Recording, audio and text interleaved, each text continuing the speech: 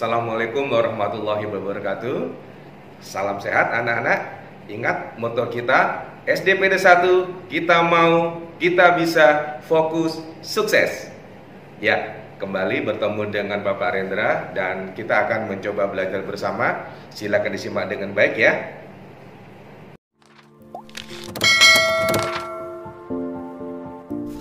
Baiklah anak-anak, kita lanjutkan pelajaran PKLH kita.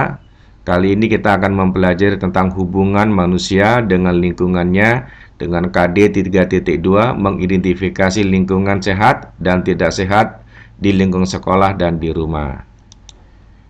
Manusia hidup pasti mempunyai hubungan dengan lingkungan hidupnya. Lebih dari itu, manusia telah berusaha pula mengubah dan mengatur lingkungan hidupnya demi memenuhi kebutuhan dan kesejahteraan hidupnya itu.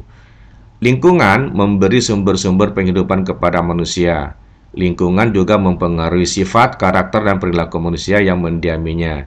Oleh karena itu, manusia wajib memelihara lingkungan dengan sebaik-baiknya sehingga bisa berdampak positif.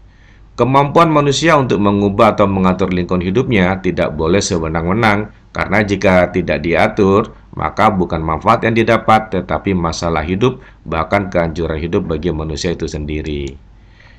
Baik, kita coba lagi tentang lingkungan. Ya, lingkungan adalah sebuah kondisi fisik di mana seluruh keadaan sumber daya alam seperti tanah, air, energi, beserta seluruh flora dan fauna yang ada dan menggunakan lingkungan fisik tersebut. Lingkungan sendiri terdiri dari dua komponen, yaitu biotik dan abiotik. Komponen biotik adalah semua yang memiliki nyawa seperti manusia, tumbuhan, hewan, dan berbagai mikroorganisme lainnya. Komponen abiotik sendiri itu merupakan segala sesuatu yang ada tetapi tidak bernyawa seperti tanah, air, udara, dan lain-lain. Sehat dapat diartikan sebagai sebuah kondisi di mana keadaan yang terbebas dari berbagai penyakit dan meliputi seluruh aspek kehidupan yang ada di sekitarnya. Jadi, lingkungan yang sehat adalah sebuah lingkungan yang terhindar dari berbagai hal yang bisa menyebabkan gangguan terhadap kesehatan masyarakat atau seluruh komponen biologis yang terdapat di dalamnya. Beberapa ciri yang bisa menjadi acuan dari lingkungan yang sehat. Yang pertama, mempunyai kualitas udara yang bersih dan nyaman ketika dihirup. Bersihnya udara lingkungan yang sehat disebabkan oleh minimnya polusi pada lingkungan tersebut dan menyebabkan terjaganya kondisi udara di sekitarnya. Yang kedua, tersedianya sumber air bersih yang mudah untuk didapatkan. Sumber air bersih bisa didapatkan dengan cara menggali sumur hingga kedalaman tertentu.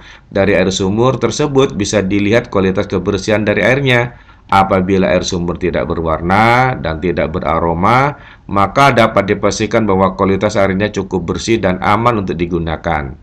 Yang ketiga, terdapat banyak pepohonan yang rindang. Situasi ini bisa membuat situasi lingkungan menjadi lebih dingin dan nyaman.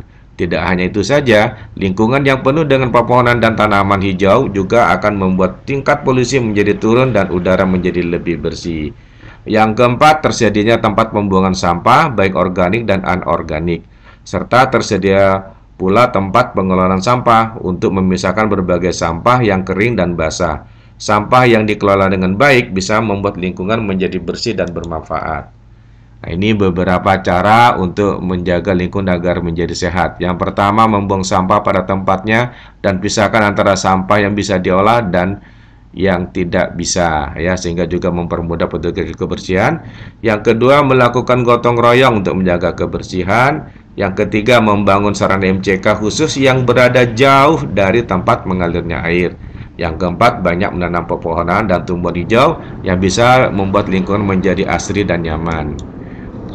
Beberapa dampak negatif jika tinggal di lingkungan yang tidak sehat. Yang pertama, bisa terserang penyakit kolera. Penyakit ini menyebabkan diare parah tanpa adanya rasa sakit sebelumnya. Seseorang bisa terserang kolera apabila secara tidak sengaja mengkonsumsi makanan atau minuman yang terkontaminasi. Seseorang yang terserang kolera akan mengalami dehidrasi yang parah karena diarenya yang dialami. Yang kedua, bisa terkena demam berdarah yang disebabkan oleh nyamuk Aedes aegypti. Kemudian yang ketiga, bisa terserang penyakit kulit seperti gatal-gatal ataupun kurap. Nah, ini penyakit kulit ini biasanya disebabkan oleh jamur yang berasal dari lingkungan yang kotor. Yang keempat, bisa terserang penyakit hepatitis A. Penyakit ini menular melalui lalat yang membawa kuman penyakit dan kemudian hingga pada makanan atau minuman. Seseorang yang terkena penyakit hepatitis A akan merasakan demam, mual, hingga kram perut sehingga bisa menyebabkan kematian. Yang kelima, ancaman banjir. Dan yang keenam, bisa menimbulkan udara kotor atau polusi dan suhu yang meningkat, menjadi panas ya. Beberapa upaya pemerintah Kota Balikpapan untuk menghindari kerusakan lingkungan. Yang pertama ada Perda Kota Balikpapan nomor 10 tahun 2004 tentang pengelolaan persampahan, pasal 13 ayat 1 yang menyatakan bahwa membuang sampah di TPS pada pukul 18 sampai jam 6 pagi. Perda nomor 13 tahun 2015 tentang pengelolaan sampah rumah tangga dan sampah sejenis rumah tangga. Diharapkan semua warga dapat mengelola sampahnya menjadi hal yang lebih bermanfaat. Dan yang ketiga, Peraturan Wali Kota Balikpapan nomor 8 tahun 2018 untuk mengurangi pemakaian kantong plastik. Nah, ini tips mengurangi sampah plastik. Yang pertama, kurangin plastik pembungkus makanan. Yang kedua, tempatkan sisa makanan di dalam toples kaca. 3. Gunakan kotak yang bisa digunakan kembali. 4. Bawa tas belanja sendiri kalau ke pasar atau ke supermarket. 5. Gunakan tumbler ya. 6. Gunakan gelas kaca. Yang ketujuh, jangan menggunakan peralatan makan yang sekali pakai. Dan 8. Kurangi take away dan perbanyak makan di tempat. Demikian anak-anak supaya bisa dipahami ya. Alhamdulillah hari ini pembelajaran sudah selesai. Semoga kalian bisa memahaminya dengan baik dan sampai ketemu lagi di pembelajaran berikutnya.